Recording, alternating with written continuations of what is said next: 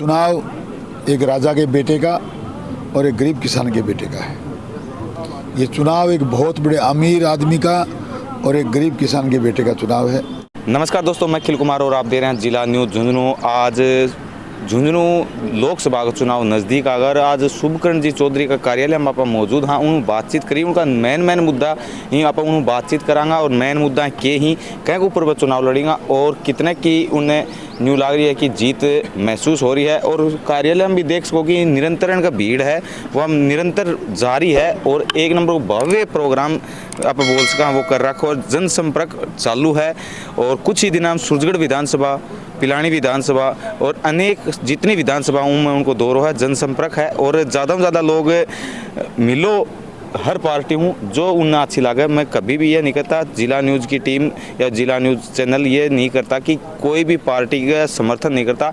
BJP हो चाहे कांग्रेस हो, आप सोच समझ के वोट देना। और शुभकरण जी के मौजूद हाँ तो अनु आप बातचीत करा के इनको मुद्दा ही के इनकी राय है, सारी चीज़ें बातचीत करा। तो जुड़े रहो जिला न्यूज़ झुंझुनू के साथ। धन्यवाद। पहला तो राम साहब सारा चला स्वागत है। तो अब की बार ताने के लाग रहे जहाँ विधानसभा में 416 वोटा से हार को सामना करना पड़ो। अभी ताने लोकसभा की टिकट मिल गई, तो अब की बार के लाग रहे था जनता का फैसला है।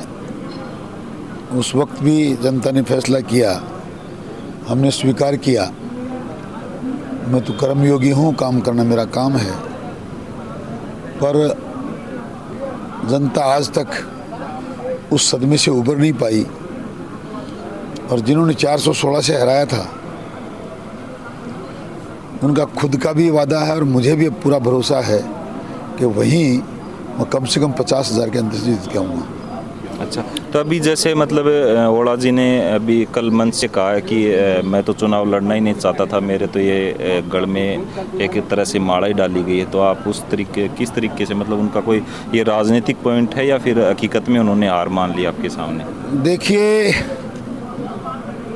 जो सामने चुनाव लड़ते हैं मैं उनको ये कह दूँ सस्ती कि वो हार रहे हैं, ऐसा मैं नहीं कहता। पर मैं इतना झुंझुनू की जनता से ज़रूर कहता हूँ, ये चुनाव बराबर के कद वाले के लोगों का नहीं है। ये चुनाव एक राजा के बेटे का और एक गरीब किसान के बेटे का है। ये चुनाव एक बहुत बड़े अमीर आदमी का और एक गरीब किसान के बेटे का चुनाव है। हमारे दोनों के कद में बहुत अंतर है। वो एक ऐसे राजा के पुत्र हैं जिन्होंने पूरे जीवन झुंझुनू की जिला जनता पर राज किया। स्वयं भी 3 बार से विधायक हैं, कांग्रेस की सरकारों में मंत्री रहे हैं। एक छोटा सा किसान का गरीब बेटा हूँ, बेचारा हूँ।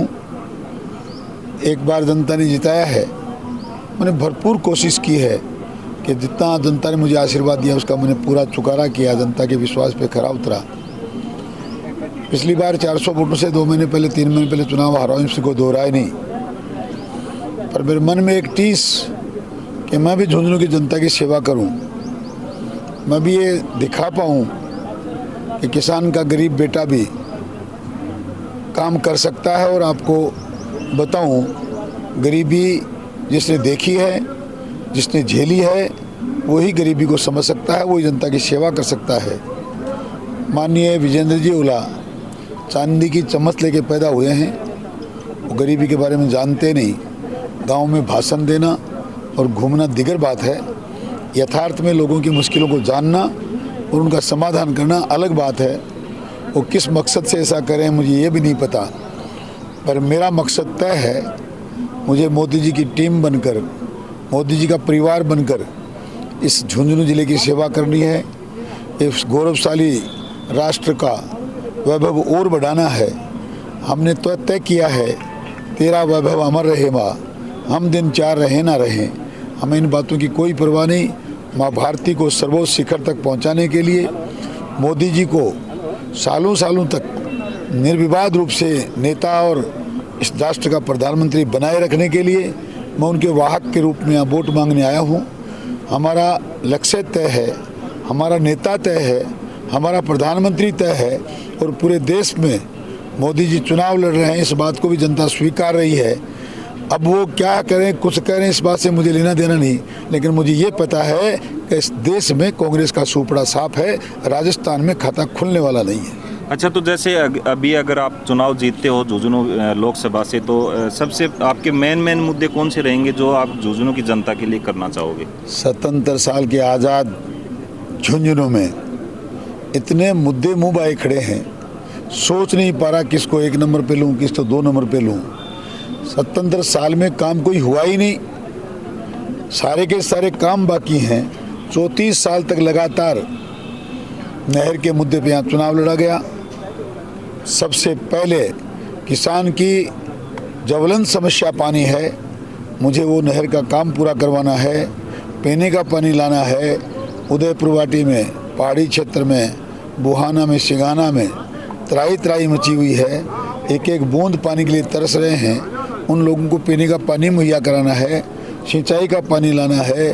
आपके सामने कांग्रेस की सरकार के समय केंद्र का पूरा पैसा आने के बाद नवलगढ़ रोड का आरोपी मुंह बाए खड़ा है, उसे पूरा करना है। उदयपुरवाड़ी रोड पर आरोपी बनाना है और से तुरंत प्रभाव से मेडिकल कॉलेज को चालू करवाना है। इन्होंने कभी खेल यूनिवर्सिटी, कभी कुछ इतने चिंगम जनता को दिए, इतने लॉलीपॉप दिखाए। मुझे उन कामों को पूरा करना है। मेरे पास बहुत कम समय और मुझे बहुत काम अधिक करने हैं, पर मैं जिसके पीछे खड़ा हूँ, मैं जिस परिवार का सदस्य हूँ, वो परिवार का मुखिया इतना मजबूत है कि जितने काम मैंने सोच रखे हैं, मैं इस बात को जानता हूँ और पूर्णतः आश्वस्त हूँ कि मोदी जी मेरे सब कामों को पूरा करेंगे। तो अब की बार राजस्थान में लोकसभा की कितनी सीटें मान रहे हैं आप अपनी तरफ से? सोचने की जरूरत नहीं है, राजस्थान में हैट्रिक लग गई। और वैसे पूरी कुल मिला के अब की बार 400 पार, एक बार फिर मोदी सरकार, और झुंझुनू में अब की बार 4 लाख पार। दुनिया की कोई ताकत रोक नहीं सकती, ऐसा होगा। मैंने जनता का मानस टटोल लिया है। मानस टटोलिया, चलो धन्यवाद। तो हमने देखो बातचीत की, उन्होंने अपने 2-4 जो मुद्दे बताए हैं। सबसे उनका पहला मुद्दा यही है कि जो पानी है वो सबसे पहले लेके आना है, और जो उदयपुर वाटी का जो पहाड़ी क्षेत्र है उसमें भी हर तरीके से हर जगह रोड वगैरह और पानी वगैरह सारी जो चीज़ें हैं वो लेके आएंगे। और इस पे हमने बातचीत की और उन्होंने ये भी कहा है कि अब की बार